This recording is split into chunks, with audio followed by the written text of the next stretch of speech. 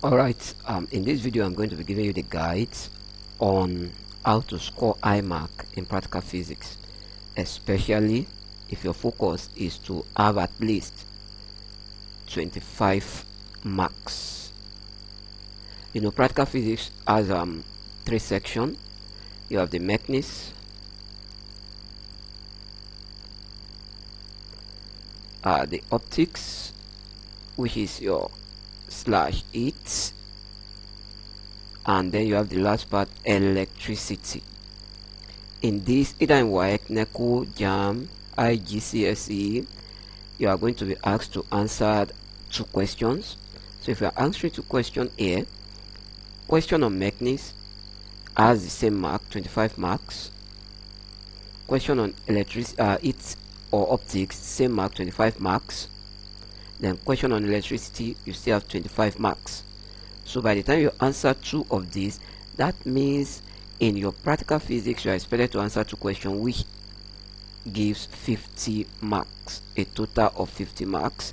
So if you have a total of 50 marks, if we follow carefully together the marking guide to this physics practical, it is possible for you to score at least 49.5, or better still, it is very possible for you to score 50 if you have this somewhere behind your mind and you follow the instructions carefully. You know, practical physics is all about instructions.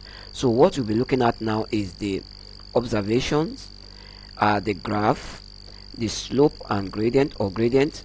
How do I bring out my intercept? How do I evaluate, which is the evaluation? How do I state my precautions in an acceptable language?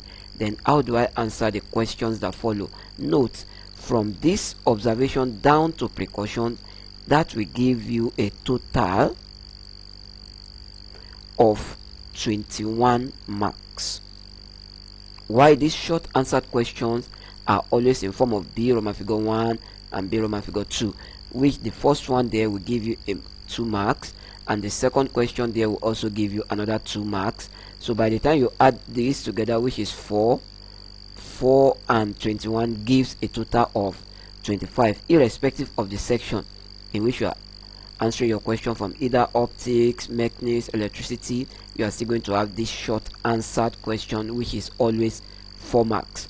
Then before that, observation, graph, slope, intercept, evaluation, precaution, all will give you a total of 21 marks. So what do we say when we talk about observation? The observation here talks about your table of value, which is your reading. And in getting your reading, let's move to the next page. Putting down your reading, that means you must carefully carry out all the instruction that is given in a particular question. For instance, let's look at one of the questions. Let me insert a question here for us to look at this together.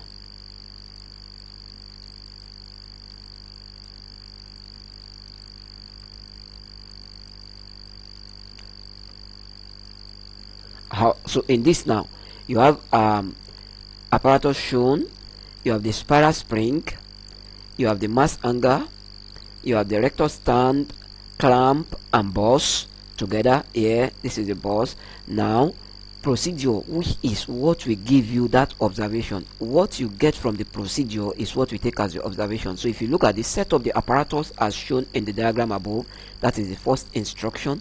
Then suspend the spiral spring from the clamp of the rector stand, attach the mass hanger just as you can see clearly from here, 40 grams, after measuring the original length of the spiral spring. Before you can measure the original length of this spiral spring, that means a ruler is placed somewhere here.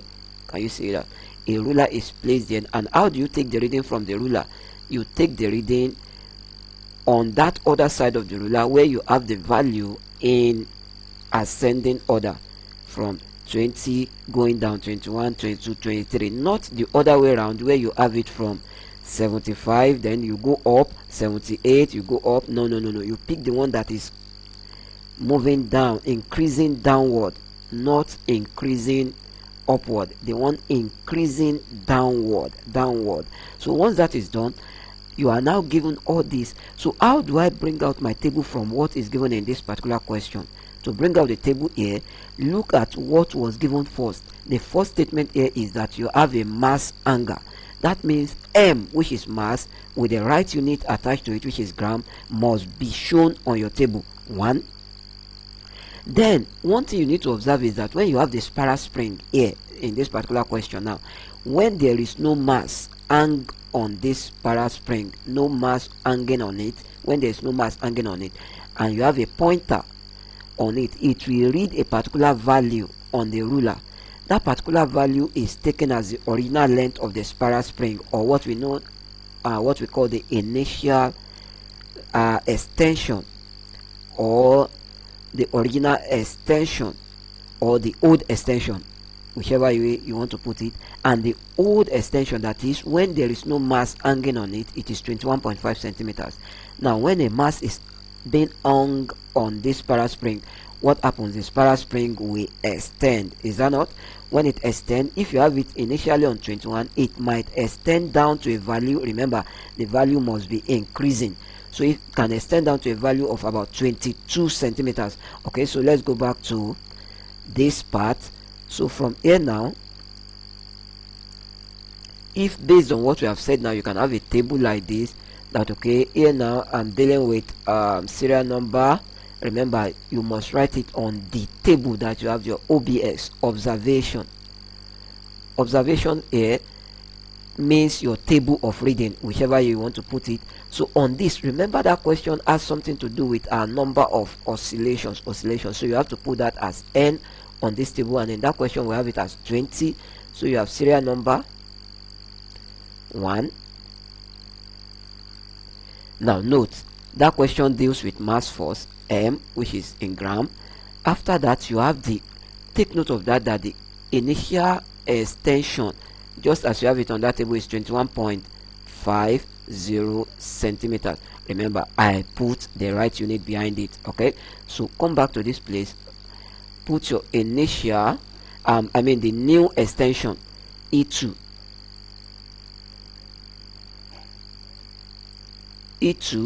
which will also be in centimeters. Then you can now have what, your change in extension, which is now the extension itself now, E, which will be in centimeter. Now how do you get this E? Remember, this E is going to be the new extension E2 minus the old extension, or the original extension, still in centimeters. So if the initial extension is 21.50, and the mass here, when you have the first one, 40.00 gram, remember, look at the decimal places, consistent. Then the new extension, maybe here I have 22 point, let's say 50, after the mass of 40 gram is hung on the spiral spring. Now how do I get this new extension here? This new extension here is going to be what? 22.50 minus 21.50, and that will give me 1.00. Remember, I'm following the decimal place in the right order, so it is an error for you to come to this part and record this as 1 and then move away. If you record that, it is not consistent, and you can lose a half mark for that on a table. So after that, you need to talk about the time, T1, which is in seconds. Again, here it's possible to have T2 in seconds. That means you are focusing on you are considering repeated reading. Then here you have the average, which is just T, and that will be what, T1 plus T2 over 2, and that will be still in seconds. Then you have the period. Period itself is what, time taken over the number of oscillations, which is seconds. The number of oscillations in this question, for instance, is 20. Then lastly, you can have another part which is going to stand as what, T squared in seconds squared. Now take note, for all this first part, time, average of the time, your readings from here now, your readings, the value must be to at least 2 decimal places, at least 2 decimal places. From here down to this part, you must have your reading to at least 2 decimal places. That is, here now, when this if I want to get the time now, if you look at it on the stopwatch, as you place a mass of 40 gram on the mass angle, is going to what, oscillate, it's going to be moving up, down.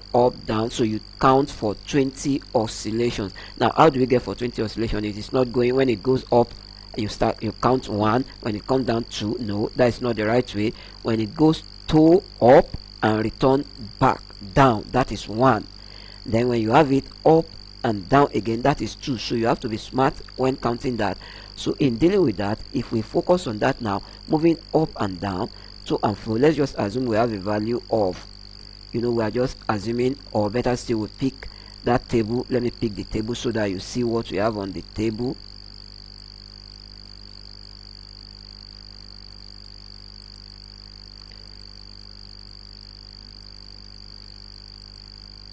So on that table now, you see for the time we have 10.50. One thing I want you to observe for the initial time here is that what, as the masses increases, the extension will also increase. And what happens to the time also, the time will also increase, because that we call that trend. As you have more weight hanging on the spiral spring, then the time taken for that spring to go up and back again is going to increase, and that will increase your time. You can see T1 and T2 increasing. Then what happens to the average also, the average will increase.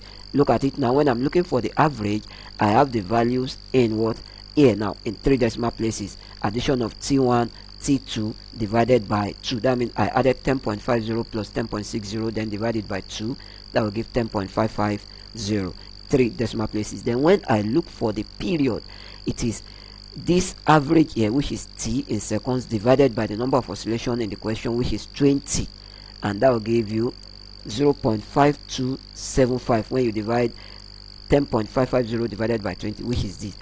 And look at, I have this in what, in 4 decimal places. Remember, when you are dividing, period should be to at least 3 decimal places.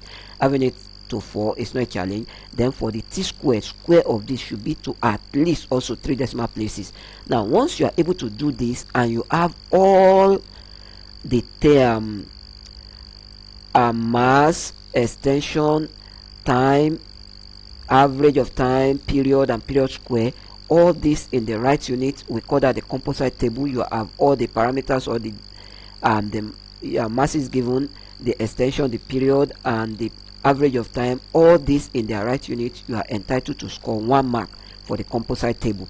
Then once your masses also, look at this, 40, 60, 80 are in the same decimal places, you see consistent, extension also consistent. There's nothing like this is 1.5 while this is 2.300, that is not consistent. Once everything is consistent, then you are entitled to score at least 10 marks for your table. At least 10 marks for your table of reading. So how do you have that here? If you are able to follow this to the latter, just like what I have here now, the observation, if everything is in the right order, then that gives you the right marks for the observation. But observe, what is the trend? That's what you need to follow.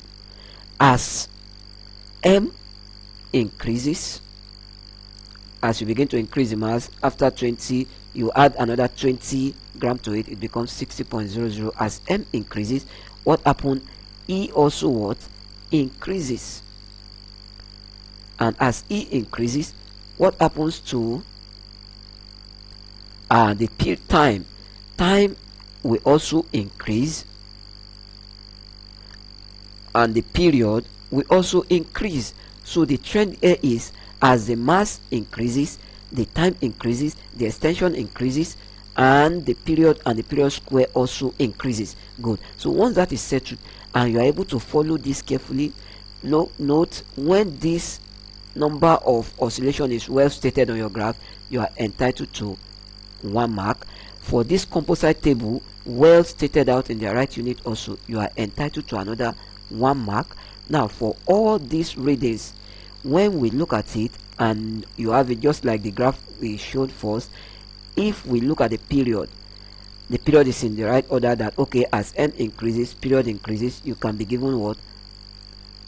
At least 1 mark for this, 1 mark for the period square to the right unit, to at least 3 decimal places, you can have 2 marks for this. Then for the extension where read and recorded, that you have it here, you can also have what, 1 mark for this. Remember I said observation should be at least what, a total of 10 marks.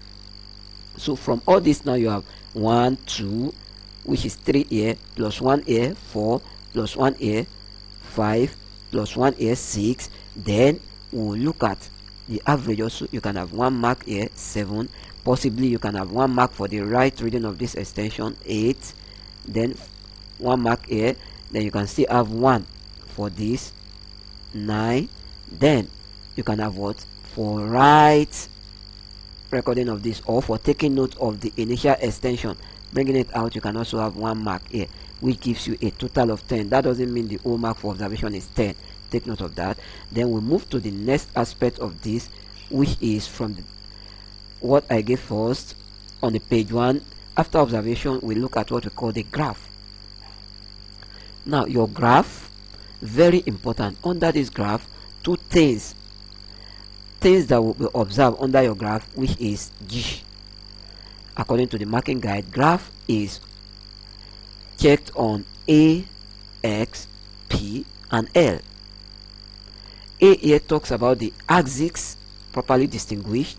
Then here talks about the scale, a reasonable scale. Then how you plot your points, are they rightly plotted? Then here talks about the line of best fit. Okay, let's pick them one after the other. For the axis now, you are going to have a total of 1 mark here. Here also you are going to have 1. Here also for the point you are going to have 3. Then for the line of best fit you are going to have 1. So your graph carries 6 marks. Now this is graph. Now let's sketch out something here. In that table you are asked to plot a graph of t squared against m in gram. Now take note, this axis again is no longer your y, so labeling this axis as y axis and labeling this as x axis will deny you access to this 1 mark, because the question says plot t squared in second squared against m, which is in gram. So how do we do that? On this part, label this as t squared in second squared, and come back to this place, label this as m in gram. Once this is properly done, that we can see it visibly that you have, okay, axis properly distinguished. For this you'll be awarded half, then for this other part you'll be awarded half. Now half and half here gives you a total of 1 mark for the axis. You are going to go on that. Now come back again to the next point. You have to choose scale, reasonable scale. When we talk about scale, your scales must be reasonable. So prime number scale are not allowed, or are not even taken. Prime number, for instance, you pick 3, 7, 11. No, these scales are not allowed. So it is advisable you go with your even number scales, 2, 4, 6. How do you choose this scale? In choosing scale, you have to look at the value of the data that is given to you. For instance, if I have a table like this, m in this question we are dealing with, m is 40, 60, 80, 100, and what, 120. Now remember here, that 10 boxes represent 2 centimeters, right, in a standard graph. So I cannot just come down now and put this as 40, 60, 80. No, that is wrong. If you do that, it is called matching. That means you are just matching the value straight to the graph. So you have to choose a scale by telling us that, okay, that 10 boxes, which is 2 centimeters, 2 centimeters to represent 2 centimeter represent 20 units on, let's say, m in gram. Then you put it axis. So that means here now, after you've gotten this part to be 0, 0, which is the origin, I'm expected to have the next one to be 20, 40. Now it's making sense. 60, 80, 100, then 120. If you wish to go with 2 centimeter represents 20 units. Some might go with and 1 centimeter represents 10 units. That is half of this. You see, it's still giving us 20. So once this scale is properly chosen, for that right scale that you've chosen for this first one, now you are going to have your what, half mark for this, which is for the M. If you choose the right scale also for this part, again you are going to have another half mark, which gives you the right mark for scale. So let me bring out a table, a graph, so that we'll use that to check again to see what is happening with this. So let me bring out one graph. Good. So with this graph now, we'll check and see that you see the scale and how the axes are properly labeled in this. So check this. Now look at graph of t squared. Now you should have this as second squared against m, which is in gram. Now look at the point 0, 0. Start setting that as the origin. Okay, so if you look at this graph now, you have how many lines here? 1, 2, 3, 4, 5. So if you look at this graph, you are dealing with 2 centimeters here. So if this is 2 centimeter, the scale here is very consistent. You have it that 2 centimeter represents 0.1 unit. That is after 0.1, 0.2, 0.3, 0.4, 0.5, 0.6. So the scale for the t squared in second square is 2 centimeters represent 0.1 unit. Very okay. Now come back to this. Oh, sorry, this is just 111. Here now you have double to represent. So here is 1 centimeter to represent 0.1. 1 centimeter. 1 centimeter. You have 1, 2, 3, 4, 5 lines. Not 10 boxes here. You have 5 boxes. 1 centimeter represents 0.1 unit. Then on this other part now, you have 2 centimeters. You can see this is the 1 centimeter, then this is the second one. 2 centimeter here represents what, 20 units, which is consistent with what we have on the sketch. So once that is done, you can see that your axes are properly distinguished, well labeled. Then you start the plotting of points. Where your points are well or correctly plotted, then you'll be awarded 1 mark for each point correctly plotted. Once you have all these 5 points correctly plotted, you are going to have what, scored that 3 mark. We deduct 1 mark for each point wrongly plotted. Now let's go back to that. We are through with point. So if the points are correctly plotted, you are entitled to have what, 3 marks here. Then line of best fit. Now the line of best fit is a line that must pass through at least 3 of your plotted point. At least 3 of your plotted point. Now how do we do that? Come back to this place. Assume you have a graph that is plotted in this form. Okay, we have this is a graph. This part is t squared, which is in second squared, and this is m, which is also in gram. Then you have this part as my 0, 0. So assuming we have a plot like this, this is a point, this is a point, it's just a sketch, a point, and you have another point somewhere here. Now if I'm going to draw my line here now, I can have a straight line that will pass through, when you place your ruler, that must pass through at least 3 of your plotted point. Please take note, this is a straight line, this is not ogive, so it must be a straight line. So I'm not using ruler here, that is why it looks as if it's a curve. So a straight line that must pass through at least 3 of your plotted point. So if you look at this pass through more than, let me just sketch, at least 3. So please, it's not ogive. So at least 3 of your plotted point. So once you have that passing through at least 3 of your plotted point, then you are entitled to score that 1 mark for line of best fit. So once that is settled again, then you can take this out. Okay, now my graph passes through at least 3 of my plotted point, then I'm entitled to score that 1 mark for line of best fit. But take note, when you are about to determine your line of best fit, this one thing that you need to observe again in drawing the line of best fit. If you have a point here, for instance, let's quickly do that. A point scattered abroad, you have 1, 2, 3, 4, let's say 5. Now if I put a line through this middle, it is very right, that's line of best fit. You have 1 point missing here, one point missing on this side. Very good. Okay, then if you have another one like this, this is your line, this is your line, then you have 1, 2 and 1 here. This is still okay. 2:1 is still good. But when you now have a graph like this, that you have point plotted here, 1, 2, then you have all the points, other point stay here like this, and you have nothing on this part, it is not a good line. You should look for another point to get the line of best fit out. Alright, so after that, the next point to look at here from the list is come back to that. After line of best fit on the graph, we talk about the slope or gradient. How do I determine my slope or gradient? Once your graph is plotted like this is a plotted graph, this will give you a positive slope graph, positive slope. Just cut out a point. Remember, your slope is a large right angle triangle, something like this. Cut out this point, show your right angle triangle here.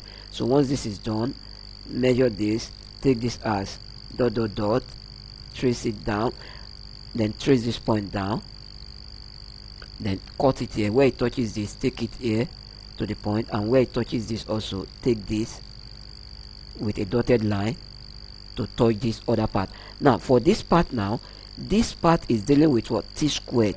So you have this as change in T squared, which is in second squared, and here you have this as change in M, which is going to be in what? In gram. So if this is that, assume we fix value now. Let's say this is 20 and this is 120, and here for the T square you have 0.1. remember, we use a scale of 0.1, and here you have like 0.9. all right, for me to calculate the slope now, you know, your points are also there, point, point, point, point, point, and so on. That doesn't mean my slope will start from this highest point and end on the last point. No, if you take it from here and you end it here, just make sure it's a large right angle triangle. You are still right. So for me to calculate the slope, or what I call the gradient here, you must work with what? Bring out what you are given in the question. Remember, this is no longer y and x axis, so I don't expect you to write change in y over change in x. No, you are working with change in T squared, which is in second squared, over change in M, which is also in gram. Now if you come back to this part, this T squared, initially you have the beginning here, so this is T squared 1 and this is T squared 2. Here also you have the beginning M1, and here you have this part to be M2. So if you go ahead and analyze this now, this is going to be what? You know, you are dealing with the change. That will be T squared 2 in second squared minus T squared 1 also in second squared divided by M2, which is in gram, minus M1, which is also in gram. Now you simplify this. Now what is next for me to calculate slope, which is x, or some question we put it as m, whichever. So it's just to pick out the reading. What is T2 squared? According to this part, you have it as 0.9. So I'm going to have 0.9, then minus T1 squared, 0.1 over M2 is 120, then minus M1, which is 20. So this will give me 0.8 over 120 and 20, 100. So you have 0.8 divided by 100, and that will give me 0.008. Now this is what you have as the answer, for instance. So remember, your slope must be to at least 3 decimal places. Your answer for slope must be to at least 3 decimal places. Now how do I come up with the unit? Look at this. You have second squared here, then you have gram here. So what should be the right unit for the slope? Second squared slash gram. That means second square per gram, or you can write it as 0.008 seconds squared per gram. Is that so? That will give the right answer. Remember, the slope must be to at least 3 decimal places if it is a positive slope. Then if you are not given the slope in this form, that you have the slope to be given and you have the graph in this form, remember, you are still calculating the slope as this, a negative slope. Now that is it. So you trace this downward, trace this downward, trace this downward also, the point of intersection, trace this also to this part, trace this again to this part. Let's assume this is V, image distance, which is in centimeters, and this is U, object distance, which is also in centimeters.